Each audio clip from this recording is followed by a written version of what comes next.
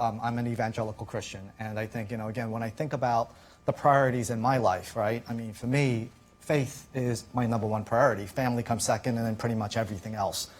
So it's a little hard to split that out and divorce that in my everyday life, right? So again, I think as Amin talked about sort of the authenticity and the genuality, right? I can't leave my faith at the door when I badge in, right? And then pick it up on my way out. So I have to incorporate that aspect of my life personally into everything I do. I mean, and given that I work in a technology group that's pretty much on, unfortunately, 24/7. It is impossible to divorce that. So, in my life struggle, it's always been how do I incorporate that? But again, maintain that sensitivity.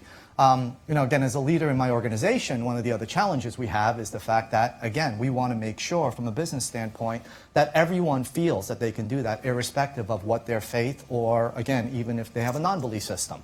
Because again, I think when we talk about the fully engaged employee, how do we attract, how do we retain, but even more than attraction and retention, it's the everyday engagement, right? We know that an engaged employee will lead to positive business results. So how do we, again, foster and build an environment where, it's not just your gender, your ethnicity, your sexual orientation, those things that maybe are more obvious, but the whole self, right? And again, for me personally, I mean, faith is such a big part of that.